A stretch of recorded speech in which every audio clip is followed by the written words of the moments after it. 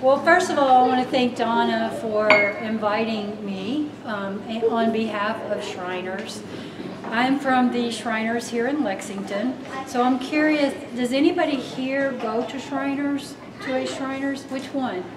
The one here in Lexington. Oh, excellent, excellent. My son was in the one in Louisville. I lived in the old Shriners building for about 2 years, and my daughter will be going to the new Shriners building next month.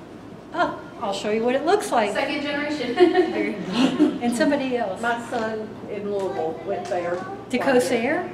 What? To Corsair in Louisville? He's aged out now. Very good, very good. Well, first of all, I will talk to you about our Lexington location.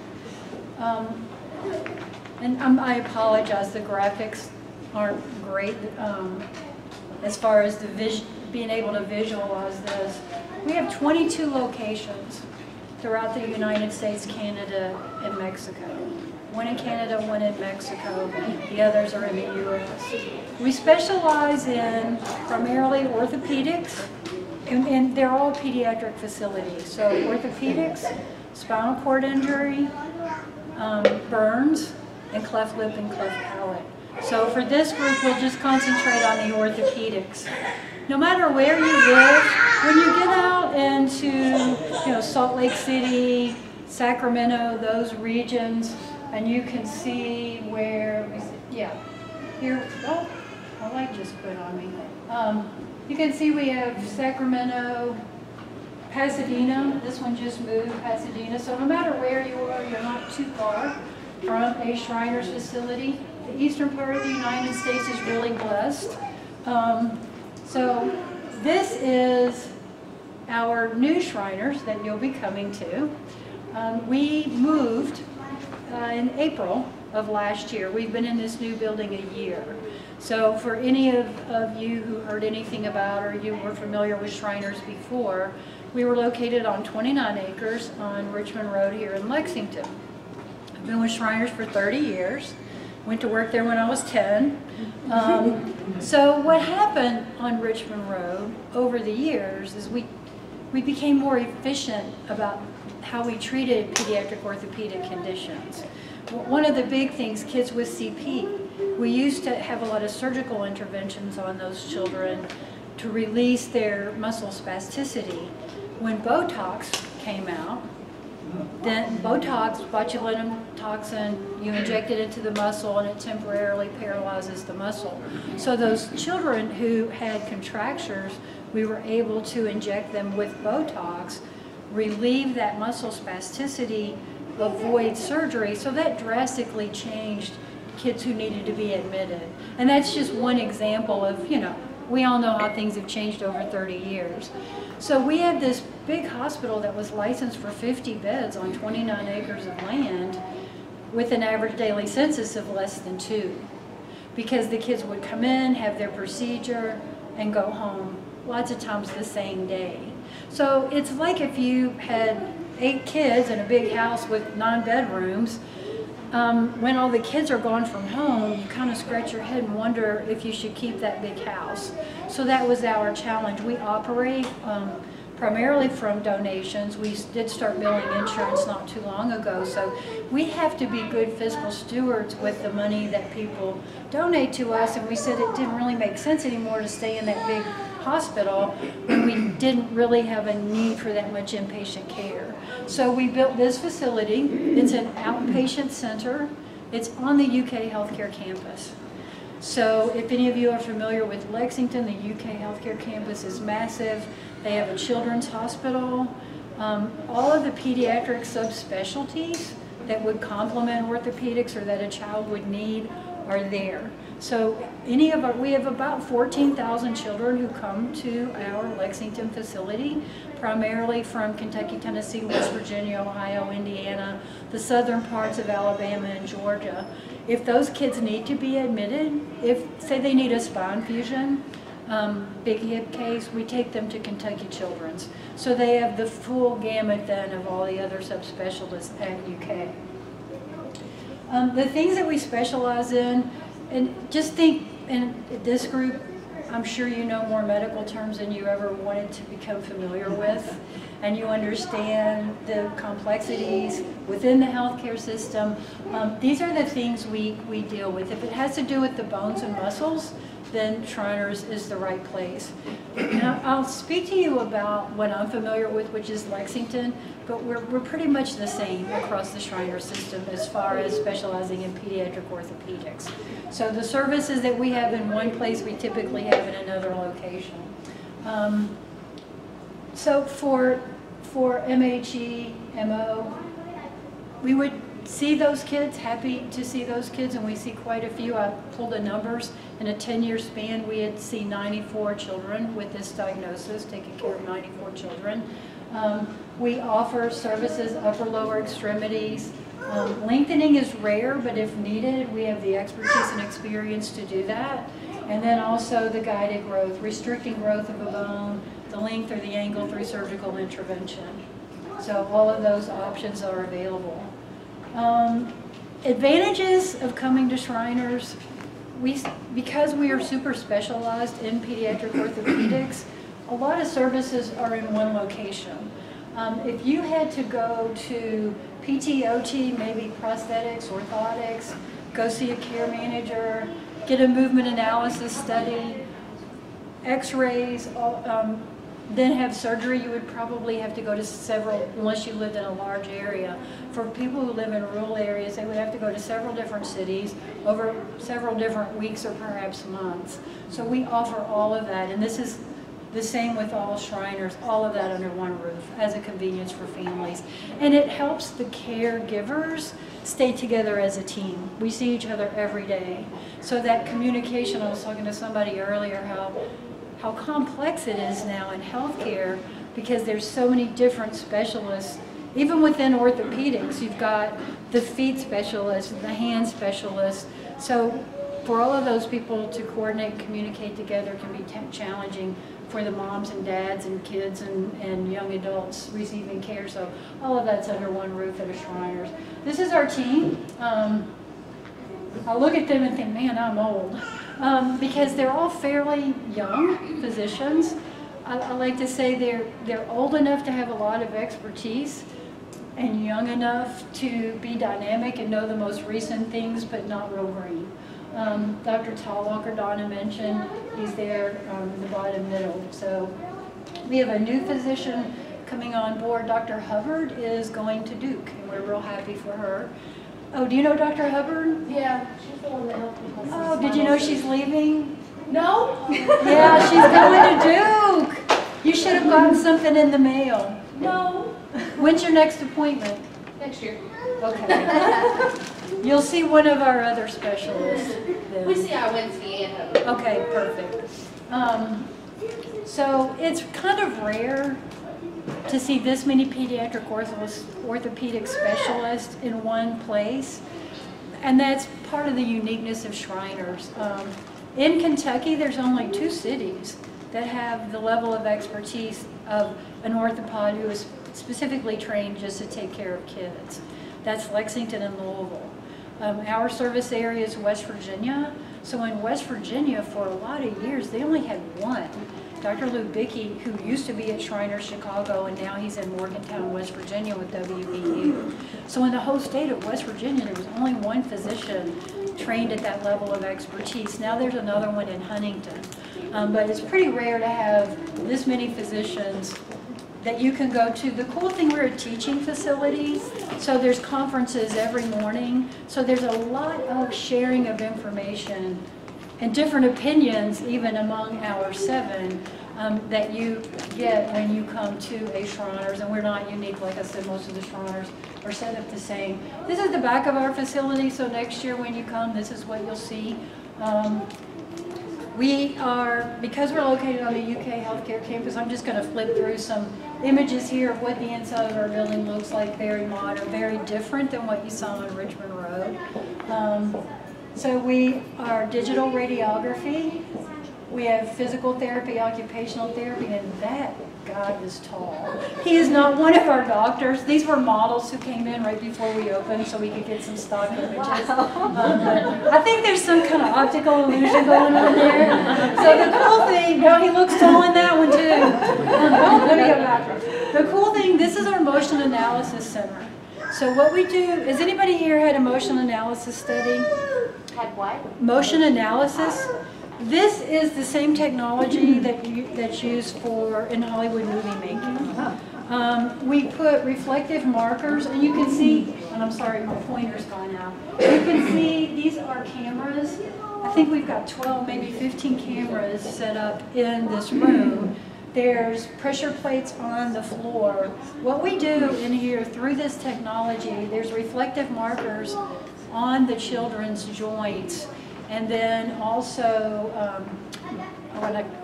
I forget, are you familiar with movement analysis?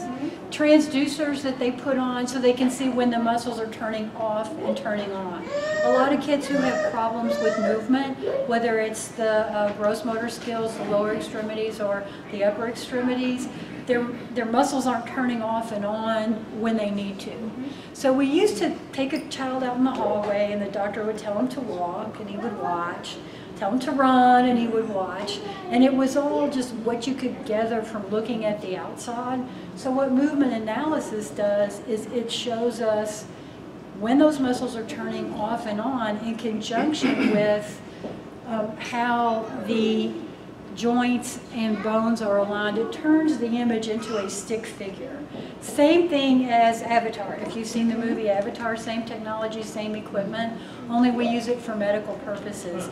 It's really interesting. There's a biomechanical engineer, kinesiologist, physical therapists, all work within the Movement Analysis Center so that we get hard data of how that child's body is moving, when the muscles are turning off and on, oxygen consumption. Sometimes for kids who have trouble controlling their muscles, the amount of energy it takes for them to go from here to the parking lot is tremendous. So that has a huge impact on how they function at school, how they move around the hallways, going up and down stairs, basic things that most kids take for granted, but that do have a very huge impact on kids who don't do it as easily. So this study gives us all of that information and data. The clinicians meet together, say what they think will be the best intervention, maybe not surgery, maybe therapy. They have the intervention, and then we can come back a year later and perform the movement analysis study again and see if we made a difference. And it's not how do they look, it's how do they function.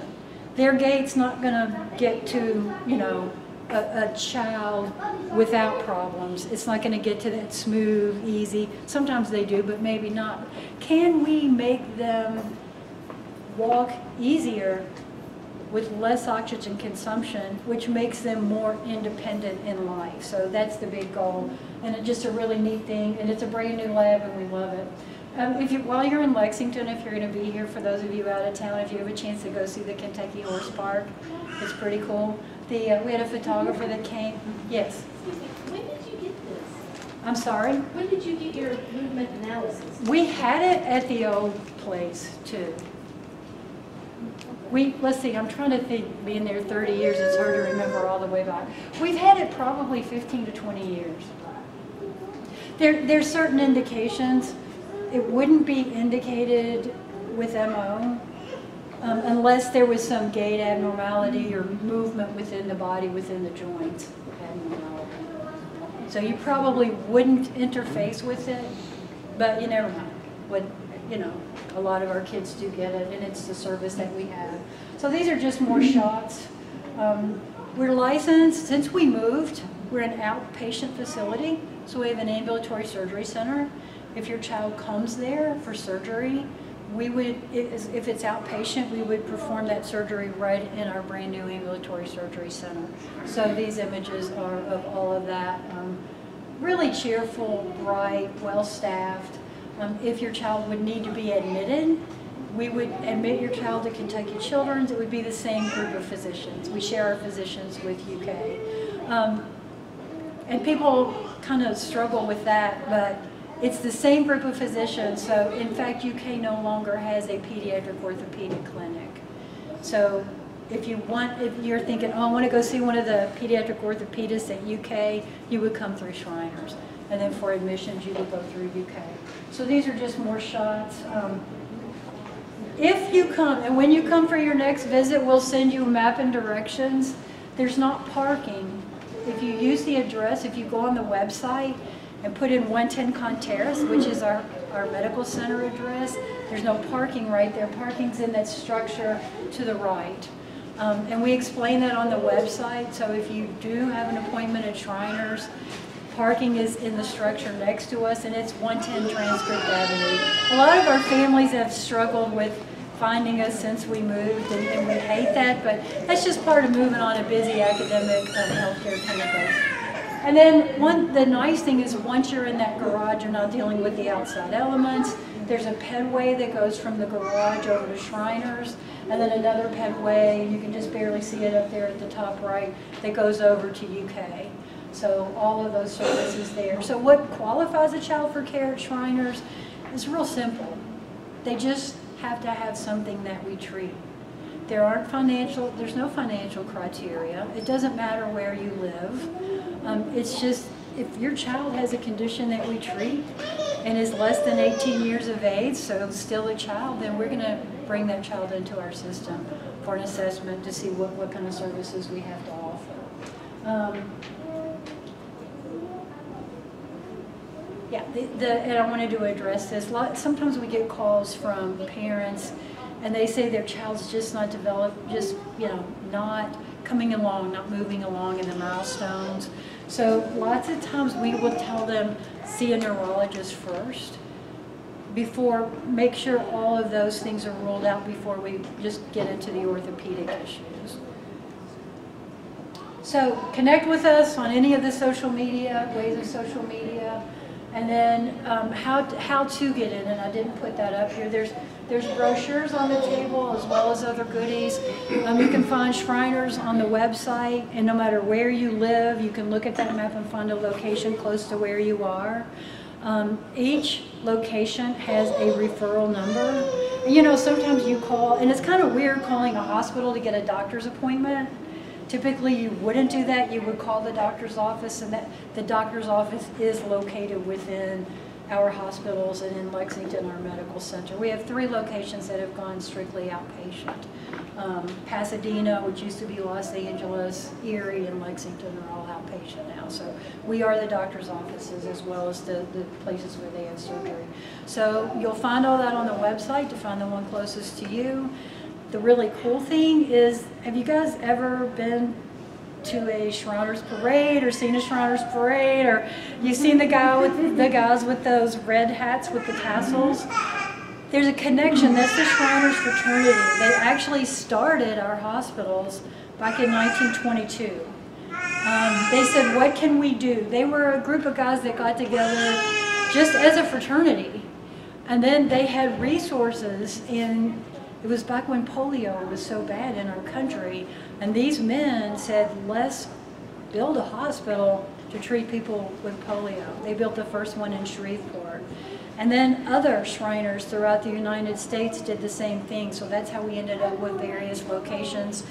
And, not really planned out, it was just who had the money, which fraternities got together and built those hospitals. So as polio became not so much an issue, they turned them then into orthopedic facilities and branched on into burns, spinal cord injuries, and cleft lip, cleft palate.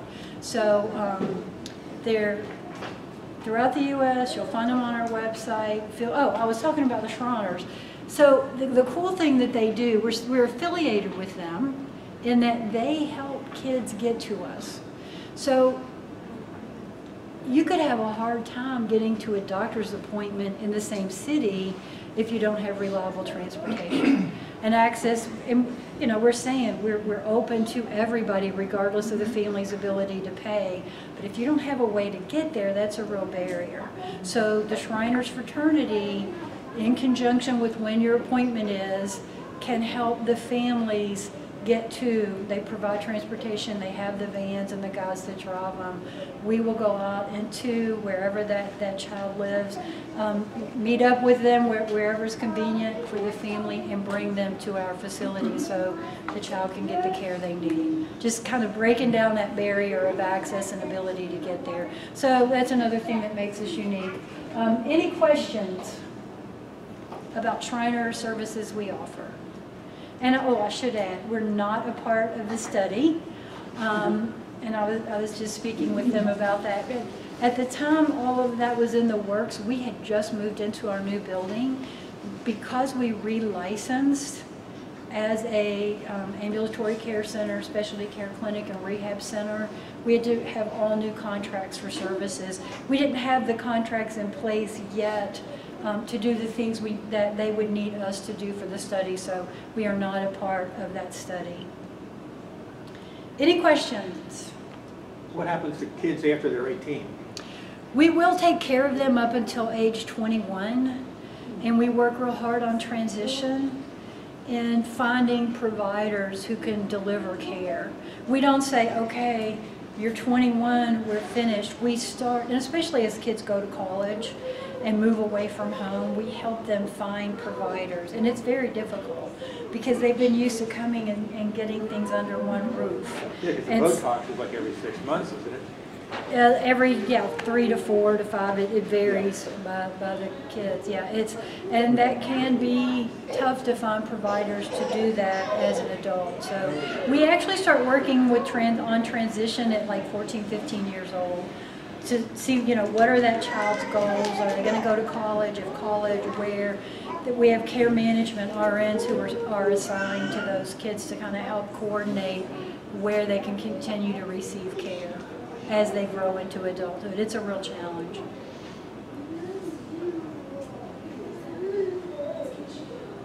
Whenever you talk about transitioning the kids, does that mean they get to meet like their future physician or what?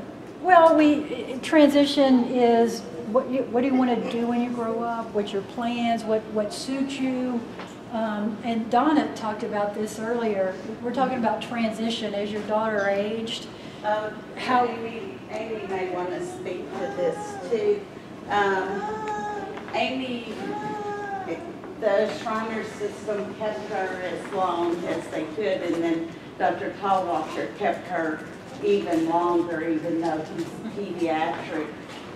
But it's very difficult whenever you get out there, and I do mean out there, once your kid transitions out of the system. But, and in the process of transitioning, it actually started her junior year in high school with Shriner starting to look at what would be good for her future, what schools would be good, what to look for in colleges, what kind of terrain she could navigate. I mean, the social workers dealt with all of those things. Amy, can you add to? For me, it was interesting to find out that there's certain transitions in healthcare. When you turn 21 is a big time, and when you turn 26 is another big time. 26 is when you can no longer be on your parents'